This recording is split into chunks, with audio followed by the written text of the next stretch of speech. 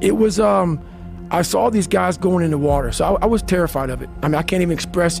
Have you ever had a big fear? And I know a lot of fighters have fears and stuff like that, but they get over them. But a lot of us have these fears that you just don't want to fucking face. And I have a lot of them. I had a lot of them. And that's what created the person who's in front of you today, and we'll get into that. But just a scared bitch is what I was. But I was watching these guys going through Hell Week, class 224. And these guys are ringing the bell, quitting, dropping their helmet down, rolling out. A lot of guys just leaving. And it made me reflect on my fears, my insecurities. And I saw real men, what I thought were real men who were staying, who were overcoming adversity, who were overcoming all these different things that I had blamed so many fucking people in my life. My dad, my mom for not being there. When I was 14 years old, my mom was gonna get remarried to this great guy. He got murdered. And then I moved back to that small town in Brazil, and everybody was blamed. My learning disability, my skin color, you know, me being everything.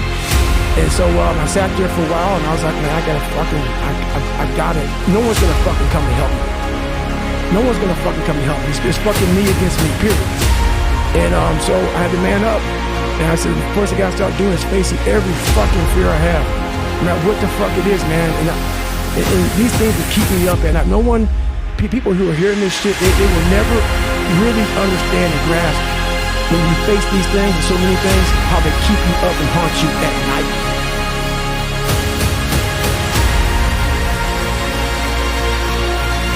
I had two options.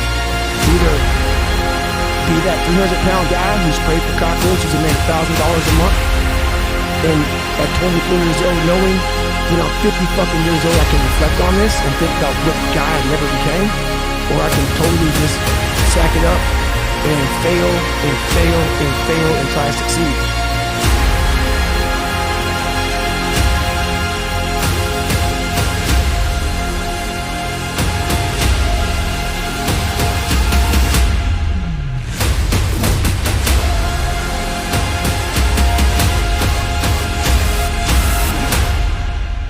So I started calling recruiters up. I said, I'm gonna go be a fucking Navy SEAL.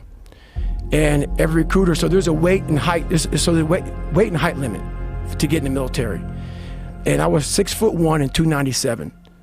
And I had prior service, which was a big deal. So I called all these recruiters up, and all of them said, hey, how tall are you, blah, blah, blah, blah. They got into conversation to see if I was even qualified. And by the time I got to my weight, phone would hang up pretty much, like, hey, you know what, call somebody else, you know, try to get in the reserves. So I tried to get in the reserves.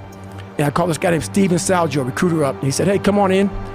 He saw me, put me through the weight standard, all this other stuff. And to get into the class I had to get into, I had to lose 106 pounds in less than 3 months.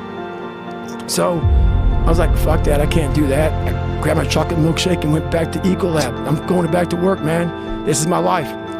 So in this job, you're looking for cockroaches, looking for rodents and stuff like that. And this next morning, or this next night, I went to work, and I don't like cockroaches too much. I hit the mother load of cockroaches. And this restaurant got full of cockroaches and rodents and everything else. And I sat there and I said, this is my life. I said, this is my life. You are exactly who the fuck, this is it.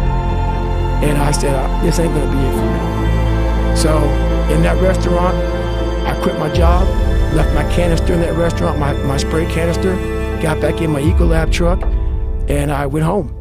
And I started working out like somebody. I became the most obsessed person on the planet Earth.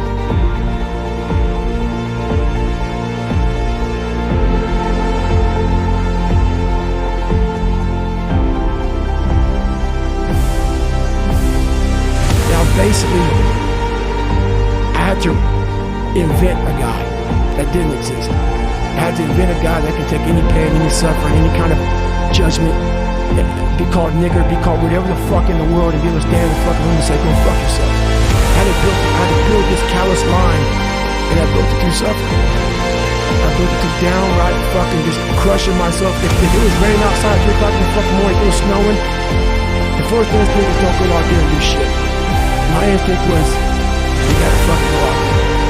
Anything that was fucking horrible in my life that I would normally say no, that was inhumane to most people, I had to go do it. And I started callousing my mind at this point. And I lost the weight. And I went back to recruiter. I got into that class. And I went through 3 Navy SEAL Hell Weeks in 1 year. Only guy to ever be in 3 Hell Weeks in 1 year, to my knowledge. The first one I didn't make it through. The next 2 I did.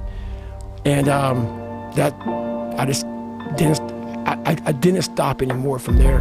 And I started realizing through this process that the fucking mind is what you created. And I started opening different doors that I didn't think were even there, that I didn't think even existed.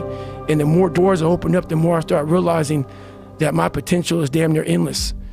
And it changed my whole mindset. So I went from David Goggins and I created Goggins. And that journey is a priceless journey that is hard for me to even explain to people because it sounds so quick and easy. Like I lost this weight and I went through 3 Hell Weeks, I went to Ranger School, went to Delta Force Selection, whatever it is. It was brutal. It's a brutal journey every fucking day. And everybody goes, well, are you happy? If anybody knows my life story, and I'll try to give you just a snippet of it, where I'm at today is in front of Joe Rogan telling you my life. To get through where I became, to get through where I'm at now, there's nothing but pride I have for myself that I can't really show people. Because I have this face that they see like, are you happy? What's wrong with you? I'm driven. I'm obsessed. And that's what you see. That's it.